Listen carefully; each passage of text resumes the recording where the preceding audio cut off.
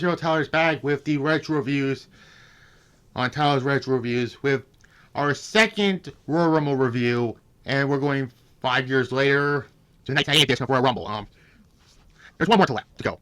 One more left. And you know what I'm saying? Is this one? I have the DVD of it this time around. That's the 2000 Royal Rumble. You know, if I'm recording this on the anniversary of next week's review, by the way.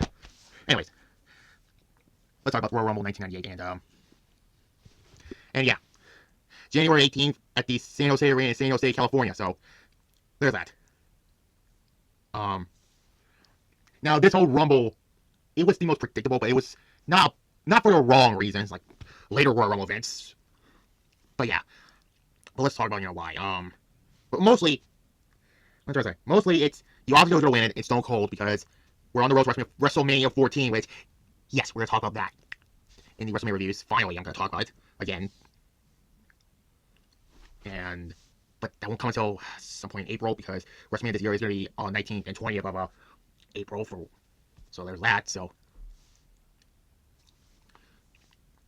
and yeah, and there's also the casting match between Undertaker and Shawn Michaels where yeah, we'll mention that also. But anyways, we started with Vader defeating the artist formerly known as Goldust, and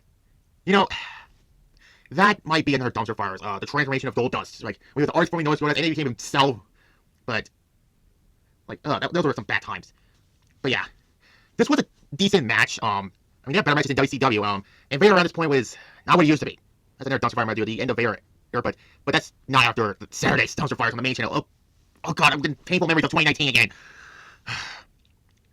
But yeah, I give it a 6 out of 10. It was that. And then we had a midget match, 6-man midget tag match with Sunny as the special guest referee. If you know about her, I'm not going into those. No, thank you. No way. Max Mini, Mascara, and Nova. No, not the one from ECW. That's a different one. Defeats. But Torino, I can't pronounce these names. I'm sorry. El Torino. No, not that El Torino. And Tarantula. It was a typical minis match, and of course, Jerry Lawler had to make his short jokes, which is there. So then there's that. I go 5 out of 10. Actually, yeah, 5 out of 10. Anyways, next match is for the Intercontinental Championship. The Rock defeats Ken Shamrock by disqualification to retain the Intercontinental Championship. And one of the more clever ways that a heel could get a babyface to get screwed over. Why I mean that? I mean, the match was solid, very good, actually. Rock grabbed some brass knuckles, hit Shamrock with them, and the Rock, he was actually smart. He grabbed Shamrock, tried to put the brass knuckles in his tights, so when Shamrock got the win, quotation marks, the Rock tells referee Mike Hero, hey, he used brass knuckles, and he reverses the decision, and that is actually a clever way to get a babyface to get screwed over. So yeah, pretty good. Sneaky heel. Wait, why couldn't heel today do this? But yeah, I got a 7.5, and yeah, solid match. There were 6 matches on the card, by the way, and that was the first change match tonight. And the second change match is for the Day of Tag Team Championship. The Legion of Doom defeats the New Age Outlaws by disqualification, so as a result, the New Age Outlaws keep the tag team titles. And around the time, Road Warriors were. This was before Hawk in that storyline, and I don't want to talk about it, but I have to at some point, but that's just tasteless. Yeah. 3 out of 10 I'll give it. It was a bland-ass match. And then we had the Royal Rumble match for the Day of Title opportunity at WrestleMania 14, and this was just, the person who was going to win this was Stone Cold. It was predictable. I mean, you saw it in the high package. Austin's the Mark Man. It's Austin versus the World, and yeah.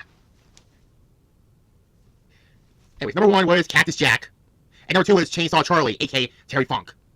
I like how Charlie says, see, take a chainsaw in the ring! That's kind of funny.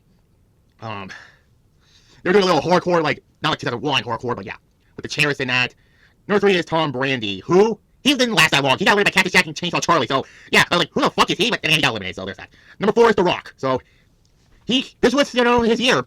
He had a great showing in this Royal Rumble match, also with the Intercontinental Championship, then he was the Day of Championship at the end of the year, at the Survivor Series, and yeah, yeah. Number 5 was Mosh, and then number 6 was Phineas Darwin. Number 7 was 8-Ball, who was one of the Harris brothers. And then Cactus Jack was eliminated by Chainsaw Charlie. Number 8 was Bradshaw, who had a long run in this. Number 9 was Owen Hart, but before he get to the ring, he gets attacked by a wild slap nut appears. I have to say it. Number 10 was Steve Blackman. Number 11 was D'Lo Brown. Number 12 was Kurgan, who eliminates Mosh, and then Steve Blackman. 13 was Mark Merrow, and number 14 was Ken Shamrock, and then all, the guys gang up on Kurgan and eliminates him. In the ring, that is. 15 was Thrasher. Number 16 was Mankind, so it's kind of similar to what I did in last year's Hardcore Workout. All three faced the Foley in this match. I have Mankind now, so spoiler, he's going to be one of the participants in the match. He eliminates Chainsaw Charlie. Number 17 was Goldust. And then number 18 was Jeff Jarrett, who, before Mankind was eliminated by Goldust, by the way, so. And then Jarrett came out, and Owen Hart attacks Jarrett, and he eliminates Jeff Jarrett. Number 19 was the Honky Tonk Man, and then Triple H comes out because I think he was originally supposed to be in the Royal Rumble, but he got an injury at this point, where he and China eliminate Owen Hart, so that story continues on because we all know what this is, because blah blah blah, Montreal Screwjob, blah blah blah, blah blah, blah, blah blah. Number 20 was Ahmed Johnson. God, I get bad flashbacks from Sold Out a few weeks ago. 21 was Mark Henry. Ken Shamrock was eliminated by The Rock, by the way. Number 22, I'm not going to do the Sid thing again, because I did it last week. So there. Was supposed to be the other Harris brother, Skull, but he couldn't make it due to the injury. This was a way to say that Austin couldn't be here, but 2 years later, he'll be in there. And who else got eliminated? Yeah, Owen Hart, and then Shamrock, yes. Ahmed Johnson was eliminated, and then Phineas was eliminated by Mark Henry, and then Jack Doan got a fucking got knocked loopy from that, and yeah. 13 was Kama Mustafa, aka the future Godfather. And then number 24 was Stone Cold Steve Austin. He whooped some ass. He eliminates Mark Mero. And then 8 Ball and then 25 was Henry O'Dowd, and then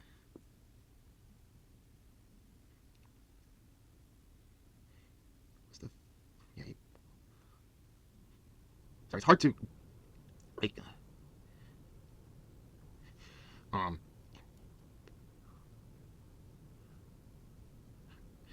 number 26 was Savio Vega with, and then 27 was Farouk. And then number 20 was Dude Love. So all 3 faces of Foley were in this Rumble match. What's the 60th elimination? I think it was Bradshaw. Yeah, Bradshaw was eliminated by Dude Love, yeah. God, D'Lo Brown was also eliminated by Farouk. This was like planting seeds for Farouk being kicked out of the nation, and The Rock becomes the ruler of that. Not the leader, the ruler. You know, he was technically the leader, though, but 29 was Chains, I believe it was Brian Lee, yeah. And then number 30 was Vader, so he eliminates Honky Tonk Man, and that was basically his only elimination, I believe, yeah. And then Khan was eliminated by Stone Cold, and then Savio Vega was eliminated by Stone Cold. Goldust eliminates Vader. And again, Vader will go on to the feud with Kane at the next pay-per-view, which I won't tell you what the February reviews will be by Royal Rumble 2000 next week. And then Henry O'Dowd was eliminated by Dude Love, and 24th elimination, I believe, was Thrasher. Check. 24. Yeah, no, Goldust was eliminated by Chain. I think Thrasher, he was 19th, my bad. By Stone Cold, yeah. And that's led to the final 4 of Dude Love, Farouk, The Rock, and Stone Cold. Dude Love was eliminated by Farouk. And then Farouk was eliminated by The Rock, and he came out to Rock and Austin, and Austin stunned The Rock, not the basic oversell. And then Austin eliminates The Rock to win the Royal Rumble match. It was a fun Rumble match, but it was obviously it was predictable. But it's still great. I give it an 8 out of 10, you know. Fun Rumble. But then we get to the main event. 5 matches down, 1 more match to go. Main event time. Casket match for the DF Championship. Yeah, like I said, I don't like the idea of having a Royal match before the title match. It should be reversed, but this is the only exception I have about this. And maybe the one for 97 and the one for 2013, but not that much. But anyways, Shawn Michaels defeats The Undertaker to retain the WWF Championship. I mean, what can you say about this? Shawn Michaels and The Undertaker, you know they're not going to have a bad match one-on-one. But this casket match is kind of significant.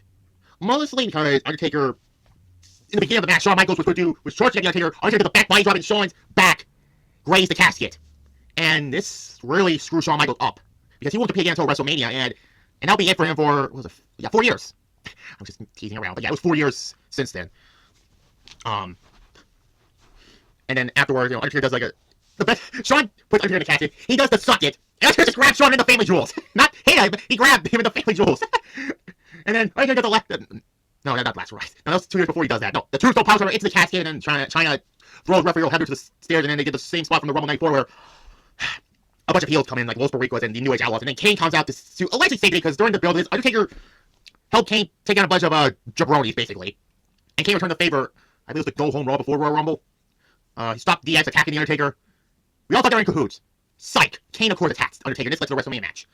Undertaker gets chokeslammed into the casket, the lid shuts, and Shawn Michaels retains. I get a 9 out of 10. But that's not what's about it. You know, Undertaker gets the casket gets Kane and Paul Bearer locks the casket. They put him into the entrance stage. Kane gets an axe and smash the casket, and then they put gasoline on it, and then there's a match, and then Kane sets the casket on fire, and that's how the show ends. And then the post-show, there was nobody in it. I mean, in reality, I think escapes through it. You know, those like they think they're there in the thing, like the Bear to Live matches, they're like a secret door. So There's that. So Royal Rumble 1998, solid enough. A 7 out of 10 I'll give it. Time for my best and worst match of Royal Rumble 1998. It's a no surprise. Best match on the show goes to the casting match between Shawn Michaels and The Undertaker, and the worst match on the show goes to the New Age Outlaws versus LOD. So yeah. Next week is Royal Rumble 2000. There's one match on here is guaranteed. Street fight between Triple H and Cactus Jack. And now. So tomorrow we're going to SmackDown review it. It's Saturday, the Dumpster Fires, and then Sunday will be the 30-man Hardcore Warfare Rumble match. Royal Rumble with weapons, you know. That's going to be significant because the winner of that will face the World Heavyweight Champion at the biggest show of the year. And there. Like this video, comment below, subscribe to this channel, and also the Cage Man as well as my main channel also. So there. Goodbye.